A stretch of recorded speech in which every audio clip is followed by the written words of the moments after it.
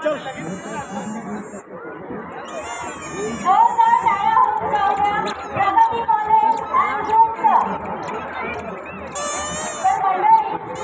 आपण बोलत आहोत आगरी समाजामधील विविध परंपरांबद्दल. त्याच परंपरेतील एक भाग म्हणजे आई एकनाथ, त्याबद्दल सगळ्यांनी काही शब्द बोलू.